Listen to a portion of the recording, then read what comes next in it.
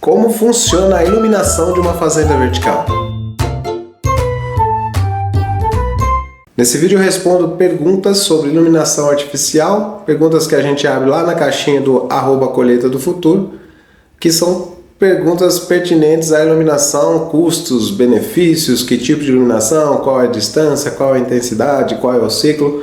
A ideia aqui é responder o máximo possível dessas perguntas que chegam semanalmente para a gente. Então vamos lá que eu quero tentar sanar o máximo de dúvidas possível nesse vídeo. Quando eu vou planejar a instalação de uma fazenda vertical, alguns dados iniciais, algumas considerações iniciais são necessárias para que isso aconteça, principalmente para falando de instalação de iluminação artificial. Então, de vários pontos importantes, eu quero deixar 5 pontos importantes e premissas. Antes de sair instalando qualquer coisa por aí, sair comprando qualquer coisa por aí, é importante que a pessoa, o empreendedor, responda a si mesmo esses objetivos, essas perguntas, essas premissas, para saber que tipo de projeto que ele vai, para qual caminho ele vai. Então, quais são essas 5 perguntas? A primeira delas é: qual tipo de cultura a gente vai produzir? Qual será o tempo do ciclo dessa cultura? E qual estratégia de nutrição você vai adotar entre fase de berçário e fase de acabamento final? Qual será a oferta do produto acabado? Qual produto você vai vender no final da sua produção? E por último, qual o tamanho do investimento que você deseja fazer? Quanto você está disposto a investir nesse projeto? A ideia de quem está começando a pesquisar uma fazenda vertical e pretende empreender numa fazenda vertical, existem várias formas de empreender, vários tipos de empreendedor, vários desejos e vários objetivos. Não tem uma receita pronta de bolo, a falar assim, coloca X lâmpadas por X metro quadrado, porque são esses fatores todos que vão variar. Existem caminhos para ser tomado, como são várias possibilidades e várias estratégias de otimização, você tem diversas possibilidades e diversos tipos de composição de iluminação artificial a serem feitas, de acordo com o perfil desse empreendedor, novamente, de acordo com o produto final que você deseja e o tempo que você deseja passar, qual é a jornada que você vai passar com esse produto dentro da sua fazenda. Vou dar um exemplo aqui, vamos supor que eu tenha no final de uma semana uma venda mais fraca. Então eu tenho 4 semanas no mês, no final de uma última semana, por exemplo, minha venda é mais fraca.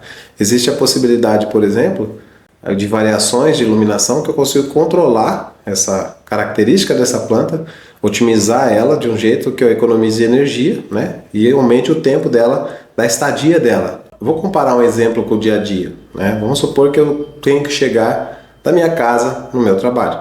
Ou seja, eu vou sair aqui do ponto A para o ponto B, correto? Olha só quantas variações é possível que aconteçam nesse percurso. Várias coisas de formas diferentes eu consigo fazer acontecer nesse percurso. Eu tenho um caminho mais tranquilo, por exemplo, que eu vou gastar 5 minutos a mais para chegar até lá. Eu posso ir, por exemplo, com um carro popular, que eu fiz um investimento bem barato, me levou do ponto A ao ponto B do mesmo jeito.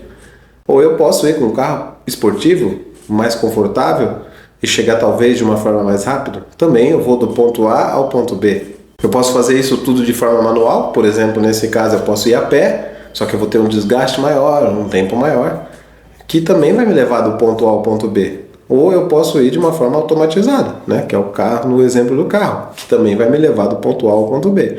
Na fazenda vertical, a ideia é exatamente a mesma.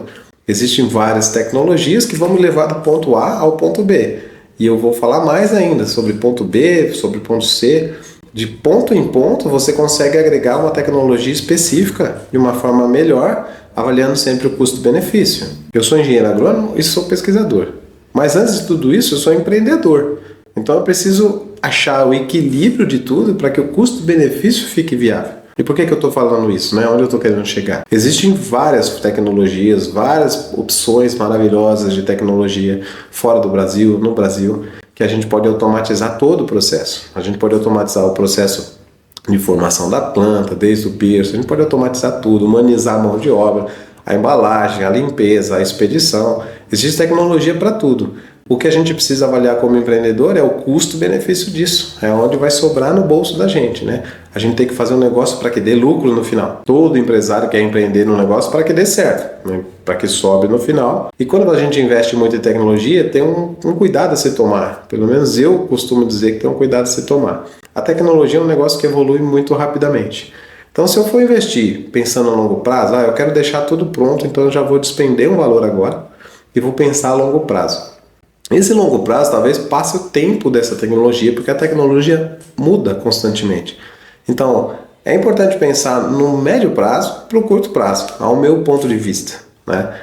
Tecnologias a muito longo prazo, talvez ela fique obsoleta. Eu vou dar um exemplo aqui, para quem conhece restaurante, existiu no passado aqueles Palm, chamava Palm Top. Eles vieram com aquela tecnologia absurda, ofereceram para todos os restaurantes, muita gente comprou, mas era um monte de Palm Top para poder fazer os pedidos ali, né? Eu tirava o garçom ali e aquela coisa para configurar. Quando as pessoas começaram a entrar naquilo, já estava no celular há muito tempo e o sistema de aplicativos estava muito mais fácil, ou seja, aquilo ficou uma tecnologia obsoleta. Quem passou por isso lembra, né? É um exemplo que eu quero citar. Toma cuidado para investir em grandes tecnologias, né, nesse momento, porque a tecnologia é uma coisa rápida. Talvez você vai investir num negócio que daqui a 2, 3 anos fique obsoleta. Então o negócio é ter conhecimento, estar envolvido nisso, estar envolvido com quem está envolvido, acompanhar esse mercado o tempo inteiro para ver as mudanças. E como o negócio é modular, você consegue ir fazendo de pouco a pouco. É como se fosse um grande brinquedo de Lego, né? Você vai montando aquilo e você vai evoluindo suas pecinhas, de acordo com a tecnologia vem chegando. Outro fator importante dessa tecnologia é que o custo vai baixando. Então talvez vamos imaginar que você investiu agora, vou investir tudo o que eu quero investir, vou comprar, deixar pronto porque eu não quero ter trabalho depois. E aí, só que você vai usar tudo isso, porque você só vai ter venda para tudo isso. Vamos imaginar um exemplo daqui 2 anos. Daqui 2 anos, talvez, parte dessa tecnologia custe 30% do que você pagou agora. E mais ainda, pode entrar um concorrente que pagou só 30% ali, disputando com você o mesmo mercado, que é super normal. Então, para que, né, pensar dessa forma? Por isso que essas perguntas anteriores é de extrema importância. Para onde eu vou, para onde eu quero chegar. Como eu vou e como eu vou chegar e que produto eu vou deixar lá no final, né? Então vamos explicar aqui sobre esses pontos, de como eu chegar no ponto A, no ponto B, como que a gente faz, essa é a ideia, ok? Uma coisa importante, que no meu ponto de vista é extremamente importante, é algo que eu chamo de equilíbrio. Chegar no ponto A ao ponto B, mantendo o melhor equilíbrio possível. Equilíbrio e custo-benefício no empreendedorismo caminham lado a lado. Não é a mesma coisa, eles não são a mesma coisa, mas caminham lado a lado. Para ter um produto aceitável, um produto bom, um produto de qualidade, você tem que fazer o seu máximo e você tem que investir o mínimo possível para isso. E gastar o mínimo possível. Menos gasto, mais vendas, mais valor agregado, uma margem melhor, né? Isso, vamos falar aí de custo-benefício, né? O equilíbrio disso tudo é que a tecnologia não te deixe refém dela, né? E também que você não tenha nenhuma tecnologia para que você fique refém do negócio. Então, o equilíbrio de chegar do ponto A ao ponto B, no meu ponto de vista, é o que deve ser levado em consideração. Então, nas necessidades que eu citei de responder as perguntas pessoais de quem vai empreender nesse mercado, vamos lá, quais são elas, né? A primeira, qual o tipo de cultura, né, que a gente deseja no final? Que tipo de cultura eu vou cultivar? Se eu vou considerar, por exemplo, folhosas de mesa, o alface, por exemplo, ou maçarias, folhosas de mesa, que a gente costumamente vê em supermercados, eu posso utilizar LEDs, um bom LED comum, por exemplo. Eu posso finalizar, por exemplo, a última etapa com LEDs de full spectrum, né, LEDs específicos. Ou eu posso simplesmente, se eu tiver um tempo maior, se eu tiver uma estrutura de custo mais adequada, uma estrutura de custo competitiva, eu posso simplesmente usar LED comum, como eu faço em alguns exemplos. Essa questão de iluminação já encaixa, por exemplo, a segunda questão que você tem que responder, né? Qual é o tempo que eu desejo permanecer com essa planta na minha fazenda? Ou seja, qual é o tempo do ciclo dessa planta na minha fazenda? Você pode imaginar assim, então quanto mais rápido é melhor, eu giro mais e eu consigo vender mais. Se você tem a venda para isso, obviamente, quanto mais rápido você está girando no seu espaço, desde que você não tenha espaço sobrando, né? Compensa mais. Eu estou girando mais, eu estou ganhando no volume. Só que nem sempre essa conta é verdade, né? Essa premissa não necessariamente é verdade, porque existem algumas economias que você faz, assim como o tipo de iluminação, por exemplo, de eu ganhar, assim como eu falei do carro popular que me leva do ponto A ao ponto B custando muito barato, vamos pensar para a lâmpada dessa mesma forma. Com lâmpadas inferiores eu também chego do ponto A ao ponto B, fazendo adaptações, gastando um pouco mais de tempo, só que o custo-benefício, esse tempo a mais, né? 4, 5 dias a mais, compensaria se eu gastasse, investisse nesse primeiro momento, por exemplo, em um material mais caro? 4, 5 dias, vai fazer diferença? Não vai fazer diferença? Isso tudo depende da avaliação que você vai fazer da sua estrutura à sua localização, porque o que impacta o seu custo, aonde você vai estar localizado, qual é a distância que você vai estar do seu consumo, se você tem um aproveitamento superior de espaço, uma otimização máxima no seu espaço, possivelmente sementes, você tem sementes ali de qualidade, você consegue fazer desde a sua muda até o seu final, ou seja, seu custo mais otimizado, você tem um custo competitivo mais interessante. Se você tem um custo mais competitivo, uma margem melhor, você consegue também trabalhar com um tempo maior, né?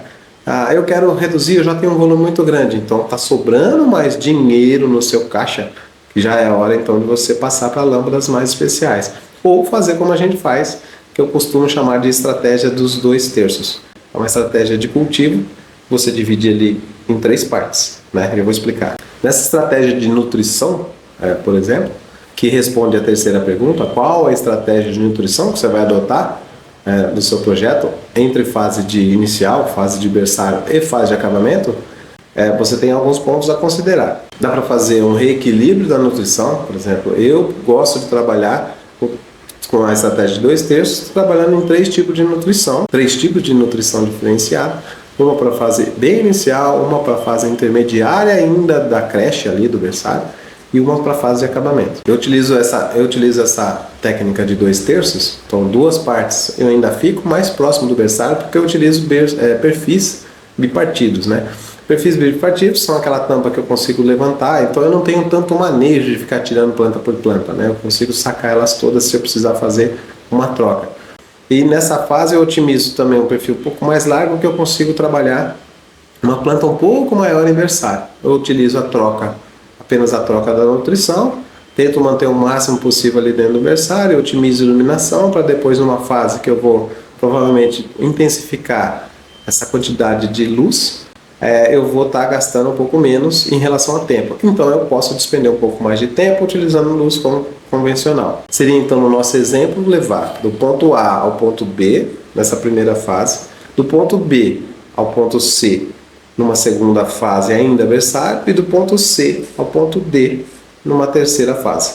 Por isso que a gente chama de técnica dos 2/3. Isso eu faço para otimizar custo energético. É o custo final, da fase final, que demanda de uma intensificação, essa fase de acabamento da parte de iluminação, e você pode ter uma outra configuração ali de iluminação. Então eu consigo uma configuração dentro dos primeiros 2/3 e uma outra configuração no último terço. Mas para mim a questão mais importante a ser respondida, principalmente voltada a empreendedorismo, é qual tipo de produto que eu quero ofertar no meu mercado. Qual vai ser minha venda? O que eu vou levar? Qual é o meu desejo de levar para o consumidor final? Se a minha estratégia é fornecer uma cabeça de alface simplesmente, então o meu mix de produto for maior, ou eu só vou fazer isso, ou for maior o meu mix de produto, falando de uma cabeça completa de alface, eu vou ter um determinado tipo de estrutura para iluminação.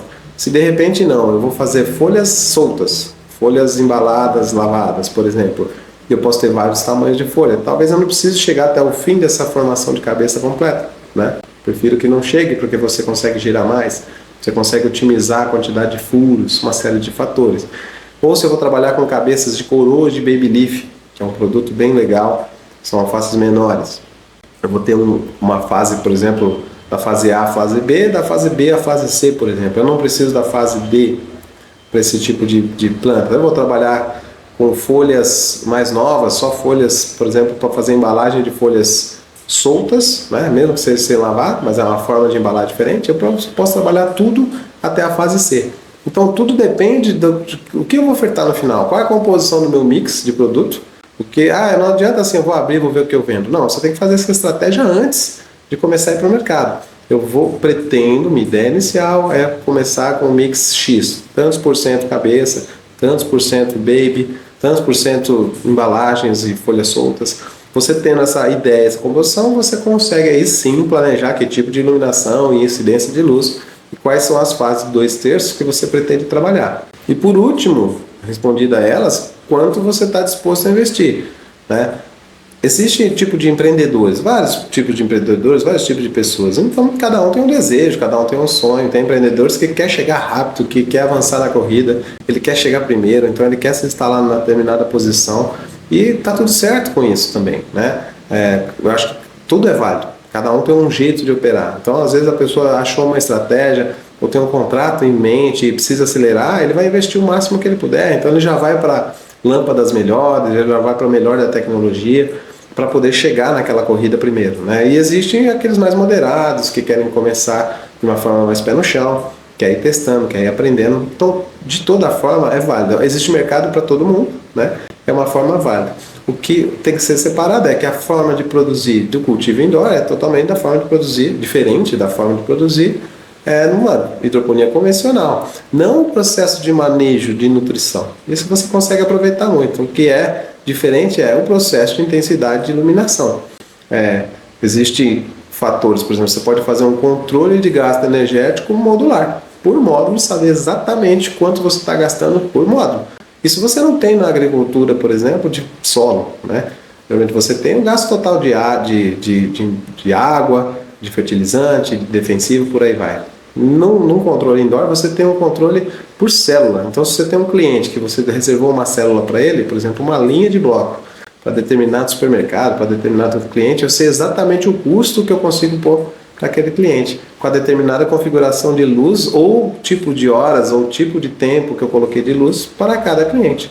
Então essa é a magia do cultivo indoor, essa é a magia de poder estar cultivando dentro de uma fazenda vertical. Eu ensino dentro da metodologia que a gente aplica, começar preferencialmente em módulos, né? Você começa com um determinado X de módulo, de acordo com o seu desejo, né? De acordo com o seu projeto, e aí você consegue fazer a otimização desses módulos de acordo com o produto que você escolheu no final, né? Então, por exemplo, existem formas de você aumentar ou diminuir esse ciclo, esperar ele ou não esperar, acelerar ou atrasar, né? Por exemplo, tudo isso combinando a quantidade e intensidade de luz dentro da própria configuração de lâmpada. Eu posso apagar uma e desligar a outra, por exemplo, com nada de grande tecnologia, simplesmente com um interruptor. Uma parte de lâmpada eu vou tirar, uma parte de lâmpada eu vou colocar. Eu vou colocar a cor, eu não vou colocar a cor. Depende também. Qual é o tempo de iluminação? Eu posso aumentar o tempo. Eu quero subir 4 horas de iluminação em determinado período, né, desse caminho entre o A e B, B e C e C e D. Eu posso colocar um tempo maior de iluminação. O sol a gente costuma ver 12 horas de iluminação. Num cultivo indoor você tem pelo menos 16 horas de iluminação. E você quer trabalhar com mais? Você quer trabalhar com menos? Você quer trabalhar com lâmpada full? Você quer trabalhar com lâmpada comum? Então, esse tempo de iluminação varia de acordo com o tamanho do investimento, com que tipo de lâmpada eu quero trabalhar. Então, comparando o preço de produto de mercado, eu não tenho capital para colocar isso em toda a estrutura e iluminação. Eu vou onde eu consigo economizar? Um pouco na estrutura, um pouco na iluminação, para poder tornar viável esse projeto. É essa forma que a gente ensina como fazer isso, né? Dentro de uma fazenda vertical. E respondendo à pergunta, pelo menos para um pontapé inicial, mas eu começo com quanto, né? Como que eu poderia começar de uma forma básica? Vamos falar de hortaliça de mesa? Uma sugestão, talvez você possa começar com 4 watts. Pensa em watts, que é uma forma bem fácil. Não fica com aquele monte de linguajar difícil de iluminação, de lumens, que muita gente não conhece. Pensa em watts, está escrito lá na iluminação que você escolher. Trabalha de 4 watts? Começa com 4 watts por planta. Agora, qual é a disposição que você vai colocar na sua camada, de acordo com o seu projeto? Aí vai do seu projeto, vai de cada um. Por exemplo, se você for trabalhar num padrão de 25 plantas por metro quadrado, no sistema multicamadas, por exemplo, você vai trabalhar aí de 4 a 5 watts, talvez 4 watts. Depende da fase. Você tem fase que você vai de 3 watts numa fase inicial e você vai subindo isso até a fase final. Esse seria um pontapé inicial para responder a sua pergunta de quanto você pode iluminar por plantas por metro quadrado. Em relação ao custo, para ser competitivo e tal, esse é um outro vídeo que eu quero deixar como próximo vídeo, para não ficar muito grande, porque é um projeto bem mais detalhado, né? O custo, existem diversos fatores, mas você tem que comparar também com o custo de alguma coisa, né? Então, qual é o custo então de um projeto na terra, qual é o custo de um projeto numa estufa e qual é o custo de um projeto indoor, né? Esse comparativo eu vou deixar para um próximo vídeo, mas deixando assim, lembrando, a parte de venda, já sabemos que é diferente, porque a gente tem no cultivo indoor essa magia, essa coisa diferente de ter um controle, a gente tem a natureza sobre nossas mãos, vamos dizer assim, que a gente consegue manipular ela, a gente tem um controle disso, então eu consigo fazer calor, eu consigo fazer frio, eu consigo fazer chover, né? Eu consigo nutrir através de água, então eu consigo fazer sombra, eu consigo fazer sol, então pensa que esse controle todo a gente começa a ter, usando pouca tecnologia para isso, mas é possível ter, Isso faz eu ter um controle melhor e eu não tenho o principal fator, que é o ataque de pragas, por exemplo, né? Então eu dispenso qualquer tipo de uso químico nesse projeto.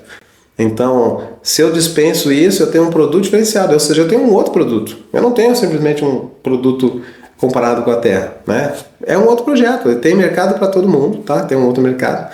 Produto de terra, produto de hidroponia, e o produto de uma fazenda vertical é um outro produto. Então, você tem que se posicionar como esse produto, né? E aí você tem que fazer o seu custo com base nesse seu produto. Não adianta, muita gente chega para mim e pergunta assim, mas puto, como é que eu vou competir? Você não vai competir. Você não vai competir porque se você começar o projeto sem, você já começou errado. Você vai ter que entender que você tem um outro produto, por isso a necessidade de estar próximo do consumo, de estar mostrando o que está fazendo, todas as estratégias de como fazer isso dentro de uma fazenda vertical. Então você tem esse produto porque você tem uma magia, você tem uma fazenda extremamente diferente, extremamente inovadora, que você consegue ofertar algo extremamente focado, por exemplo, para um supermercado que quer aquilo, né? Para um chefe de cozinha que quer aquilo, você pode ter um módulo só para aquele chefe, só para aquela rede de restaurante, só com o tipo de plantas que ele utiliza para a finalização de um prato. Ou seja, a forma de se fazer o negócio, principalmente estando nos grandes centros, é totalmente diferente. Então você pensa, você tem um outro produto. Então quando você for comparar o custo energético de tudo isso, tem que considerar esse custo energético dentro desse outro produto. E não é algo absurdo, fora da caixinha, porque o que se ganha em logística, estando perto do consumo, já é uma grande vantagem que você perde em relação a estar longe, né? Você perde em relação à energia, mas você ganha em relação à logística. Então, eles se equivalem, né? Vale muito a pena. Para quem quiser saber mais e ir acompanhando, vai seguir nos nossos vídeos no canal, vai lá no nosso Instagram, @colheita do futuro, tem o meu, @Juan Alexandre Andrade também. E vamos junto